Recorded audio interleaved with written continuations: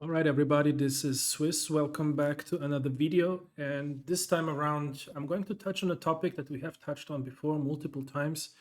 It is quite a serious topic for some. It is a fun conversation for some to watch. So everyone has a little bit of a different take on it. Now, for me, you know, I've talked about this topic to quite a few people now, and I know that there is a large community, especially OGs in Decentraland who do care about the topic, but they have somehow, just lost focus and lost the desire to pursue it.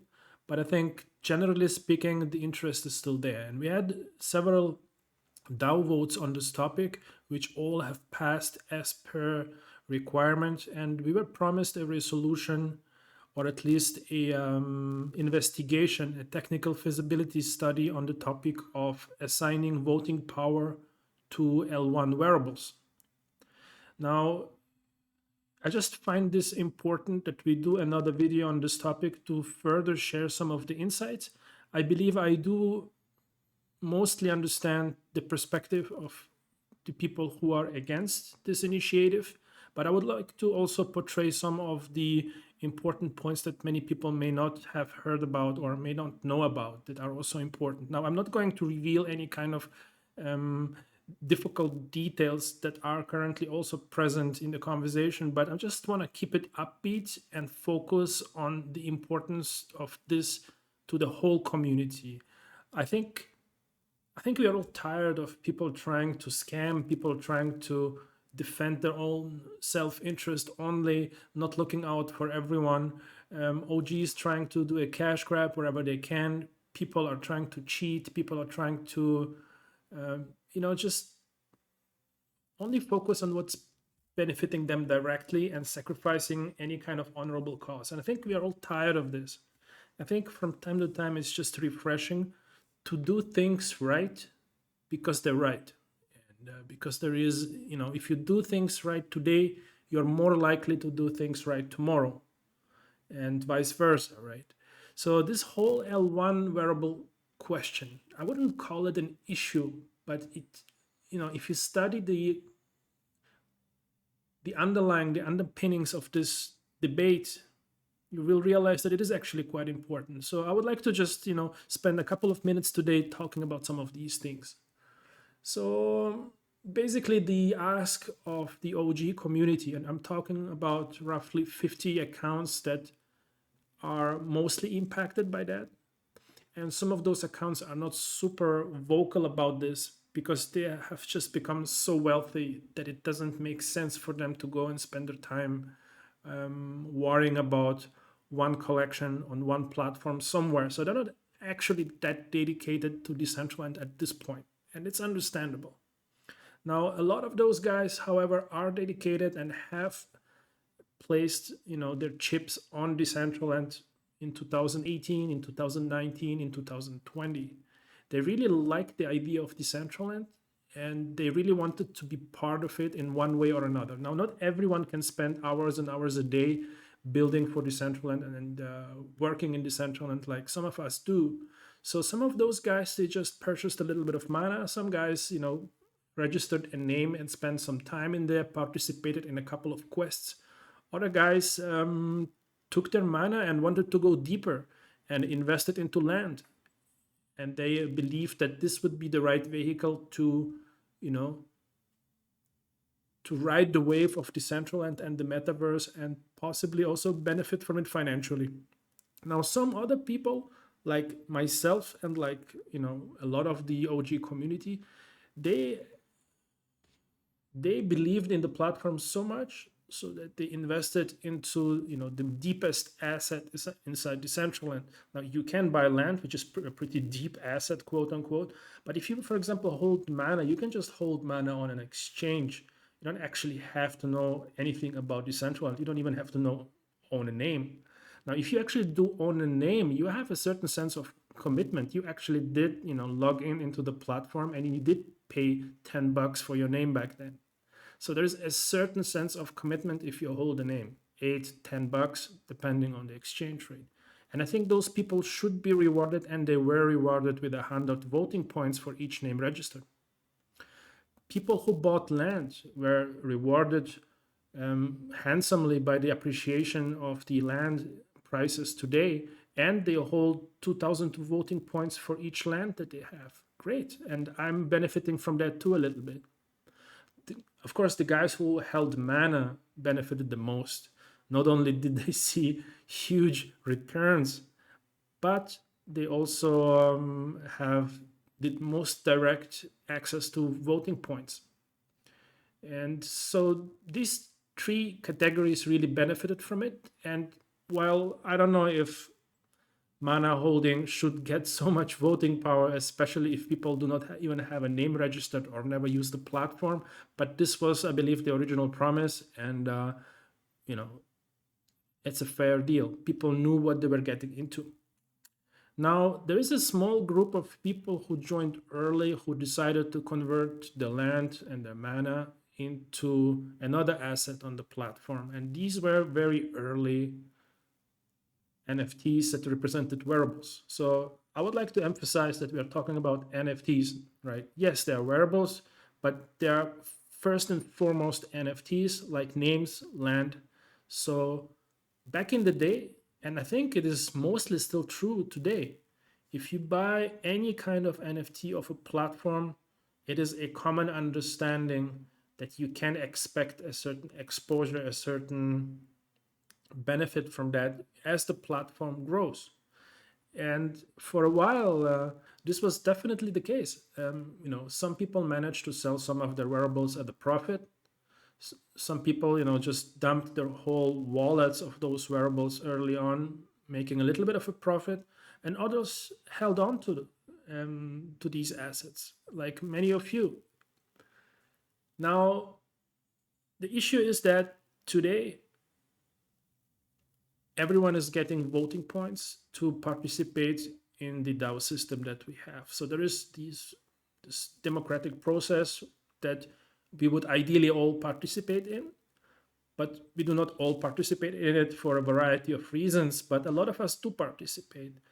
And especially those guys who have mana or land have a lot of voting power, relatively speaking, so they are excited to participate in this democratic ecosystem. Now, the guys who unfortunately invested all of their mana into wearable NFTs in Decentraland, they're the only ones who do not have any voting power, even though they have been here early, they have believed in the platform, and those who got the wearables for free by participating in quests and having those airdropped to them, they were very much engaged in the platform where nobody was around here. They were on the platform getting those quests accomplished, getting those NFTs.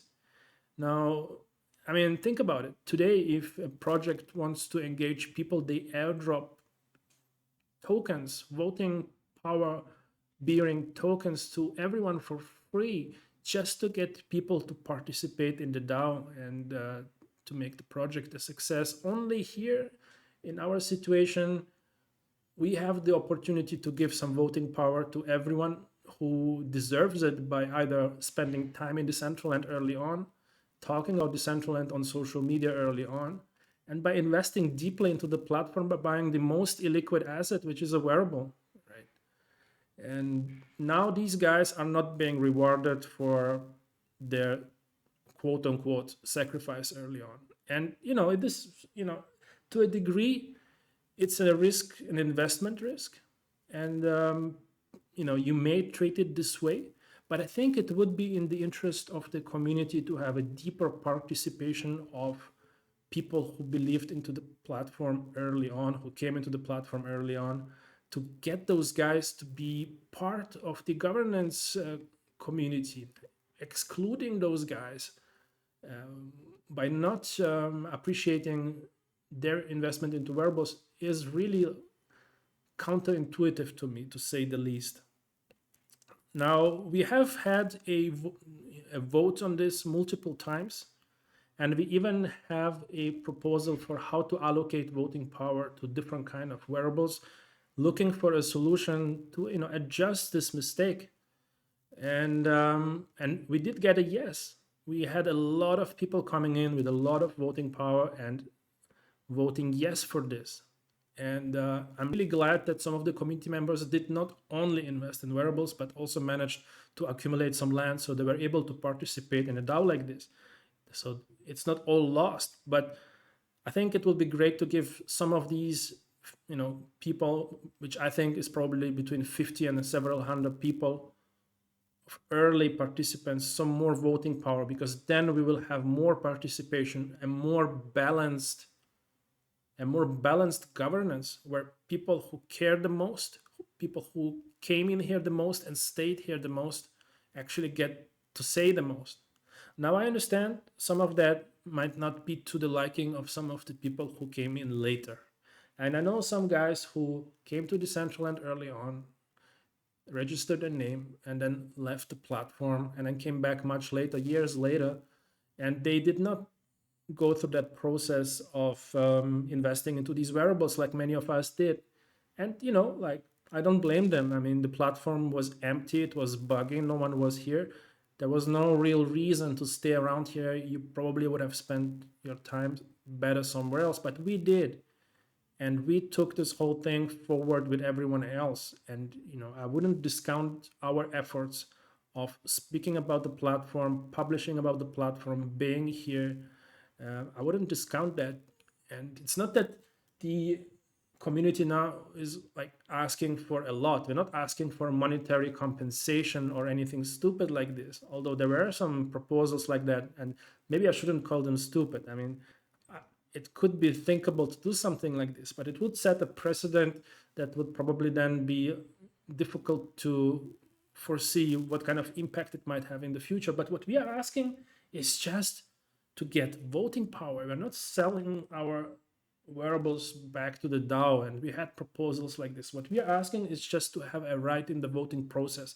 And it's not like if you hold a one mythic original L1 wearable that you would get so much voting power that you would be the ultimate boss. It's not like that. I mean, maybe the top holders would get an additional 50, 60, 70,000 voting points. This is like holding 10 lands, 5, 10 lands, depending on how big your portfolio is. There may be one or two exceptions that might get a little bit more, but they already hold a lot of mana and hundreds of lands in the first place. So I think it's not going to skew the voting power towards an undesirable allocation. I think it would just give a certain layer of people an incentive to participate in this DAO system. And the whole world is watching Decentraland right now, how we are making the metaverse come to reality. And the fact that this a DAO system is something that people are watching. And if it is failing because we are not able to translate a desire within the community that has already voted yes on it, to translate this into action for some reason, then it's also not great of an image to the outside. I think we should tackle this. And so yeah, long story short, I mean, there is so much that one could say on this topic, and a lot of people are active now in the background trying to gather information and gather discussion points and make this an attractive message. I think it's I think a lot of people who joined Decentraland recently, for them this is a topic that is relatively distant. They maybe own one or two L1 wearables on Ethereum, and everything else that they own is on L2 on Polygon right now. And for them, it may feel like it's a distant message and it doesn't really concern them. But what I would like to say here is that it's not only about this particular L1 conversation. This is also more generally just about this whole idea of a DAO and a decentralized democratic system, right? And I think if we are failing here at something where we already have agreement on, then how would we move forward if we have an issue that we do not have an agreement on? Like the gap between deciding something and implementing it, it's an important gap to overcome. And here we have an actual case study where I think the ask is somewhat limited. It's good for the platform. Other people would pay to distribute voting power deeper inside their most loyal community, and we have an actual tool on chain that would help us target those people to give them the more voting points to them in a justified, fair manner, and we do not do that. I wonder why. Like, so I think there is probably a technical complexity attached to it, and there's probably a bit of a conversation if it's time good spent or not. Well, this is $1 billion project, and we are talking about a small sized original community of early adopters who are the backbone of this whole thing. And if we do not want to dedicate a little bit of resources to tackle that particular issue that is highly emotional, while we did this for name holders in the same breath overnight, it kind of, I don't know, it doesn't compute to me. I think it's worth spending the resources here to wrap this up once and for all, have people participate in the DAO, maybe help the market to stabilize, as attaching some voting power will inevitably raise the value of some of the L1 wearables a little bit, especially the mythic and the legendary items, as having those will give you some extra voting power. So I think this might increase their intrinsic value a little bit, which I think would be a nice side effect of this. But this is by no means the primary objective here, I believe, at least not from my side. And we do need some stability in the marketplace. Now, I don't know like what the relationship will be specifically between L1s and L2s in the marketplace, but I can see that the L2 market prices are crashing towards 1 and 2 and 3 mana levels now, meaning that people are giving away wearables for free. So they put effort to design them or having them created. They pay the submission fees, they go through all of this trouble, and then they sell them literally almost at cost or nearly at cost, because most of them never actually sell out. I would say many of those are operating at a loss. So we do have a problem in the marketplace right now. And even though we have now implemented a fee sharing structure in the background, you can only make fees on the volume that you sell.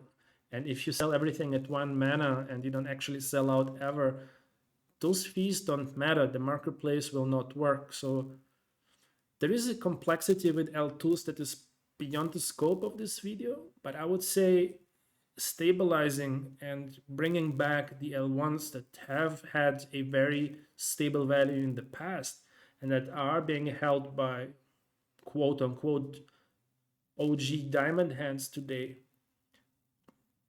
to provide there some more intrinsic value might help to to bring the marketplace into a more healthy balance. Although this will have to be seen if this actually has an impact. So generally speaking, guys, we are going to try to continue bringing up this issue. We do have a focus group now that will put some extra energy into this conversation. I mean, we have gone through this multiple times before, and it is tiring and it is frustrating, and it feels like it is a bit of a centralized decision there around 1 or 2 individuals. I have a hard time judging this, but I would love to see some kind of movement there and some kind of closure and some kind of understanding. If we don't do this, why? And if we do this, how and when?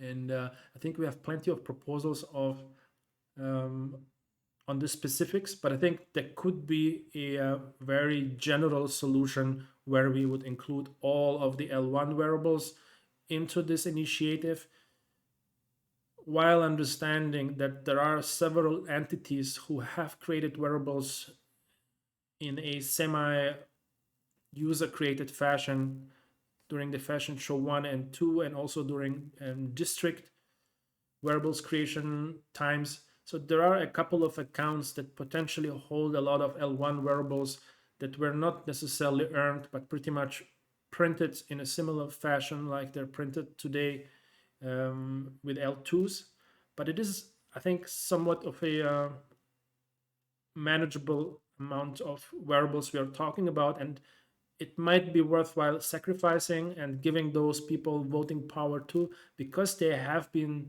early adopters of the platform, because they actually did create wearables where there were no possibilities for the general public to create wearables. So they are a core part of the community, and if they have some stockpiles left of those that they didn't sell, maybe that will deserve an allocation of voting power, because not because because it is a great indicator of early adoption and involvement with the platform. And we are not handing out money here, we are handing out voting power, meaning that it's decision power. And I will be very transparent here, I'm not a huge fan of all of those teams, but I love other teams. So there is a bit of an, give and take, but I feel like it's the right thing to do overall.